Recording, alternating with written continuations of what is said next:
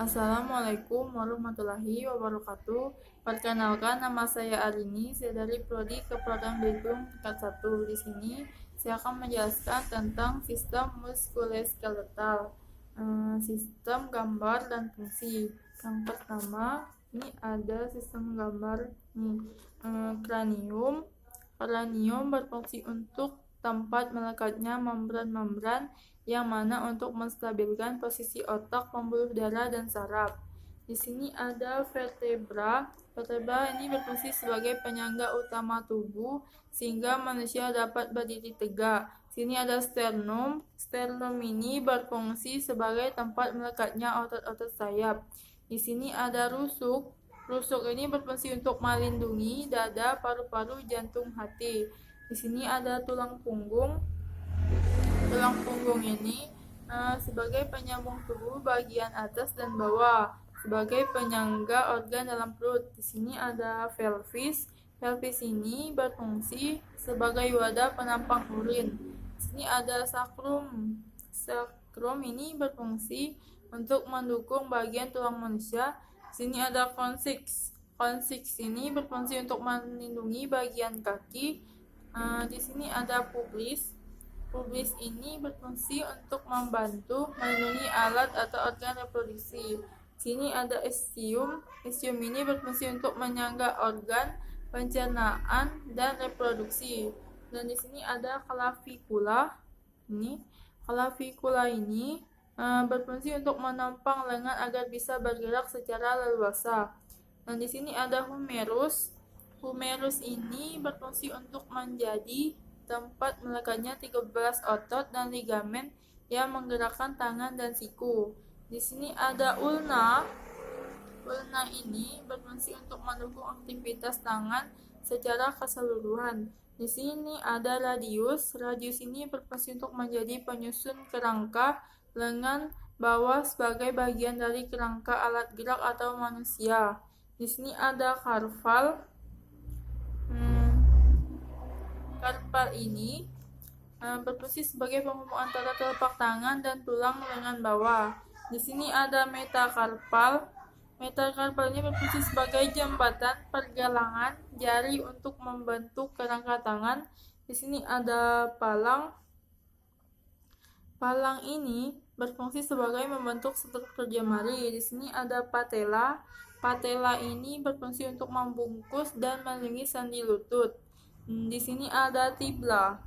Tibia berfungsi sebagai alat gerak pasif, tempat pelekatan otot-otot, tungkai, dan kaki. Di sini ada fibula. Fibula ini berfungsi untuk menstabilkan tubuh ketika sedang berdiri. Di sini ada tarsus, yaitu berfungsi untuk mendukung pergerakan keseimbangan manusia. Dan di sini metarsus ini berfungsi sebagai penahan beban untuk utama di kaki saat berdiri atau berjalan. Di sini ada palang, berfungsi untuk menjaga keseimbangan saat berjalan. Dan yang gambar kedua, ini ada parietal bone, atlas. Atlas ini fungsinya vertebra spik paling subras, pertawia dari tulang belakang dan terletak di leher. Di sini ada torak. Ini torak. Torak ini fungsinya sebagai penopang tubuh. Rib ini fungsinya membantu proses pernapasan. Scapula. Scapula ini fungsinya membantu menyeimbangkan bahu ketika Anda menggerakkan lengan ke atas dan ke bawah. Sini ada humerus. Fungsinya menjadi tempat melekatnya 13 otot dan ligamen yang menggerakkan tangan dan sikat. Di sini ada radius. Radius ini fungsinya penyusun lengan bawah. Ulna ini fungsinya untuk mendukung aktivitas tangan secara keseluruhan. Sini ada metakarpal, yaitu bones, fungsinya untuk membentuk struktur dari jemari. Sini ada fungus of Wick, itu sama untuk membentuk struktur. Di sini ada femur. Femur ini fungsinya sebagai menjadi tumpuan seluruh badan. Di sini ada patella. Patella ini fungsi untuk meluruskan kaki. Di sini ada tibia. Tibia ini fungsinya untuk menggerakkan kaki dan telapak kaki. Terus di sini ada talus. Talus ini fungsinya sebagai penghubung antara kedua tulang pada tulang kaki. Terus di sini ada parietal bone. Parietal bone ini fungsinya sebagai pembentuk sisi dan atap tengkorak. Di sini ada apsital bone. Apsital bone ini sebagai pembentuk sisi juga. Ini ada axis, fungsinya membantu memompa darah ke seluruh tubuh. Di sini ada clavis, fungsinya sebagai pengganjal untuk menjauhkan anggota gerak atas dari bagian dada. Di sini ada sternum. Sternum fungsinya untuk memutar kepala ke sisi berlawanan secara miring. Di sini ada rusuk. Rusuk untuk melekatnya otot-otot pernapasan. Di sini ada pelvis. Pelvis ini untuk membantu menopang tulang punggung. Di sini ada sacrum. Sacrum ini untuk menyangga organ pencernaan. Di sini ada coccyx untuk melindungi bagian kaki. Di sini ada ischium. Ischium ini untuk membentuk jalan lahir dan tempat alat genitalia. Sini ada pubis. Pubis ini untuk menjaga dan mengendalikan tekanan darah. Sini ada calcaneus untuk mendekatkan otot gastrocnemius, otot psoas dan otot plantaris.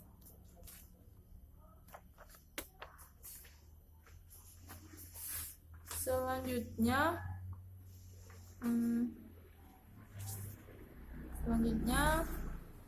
fasial.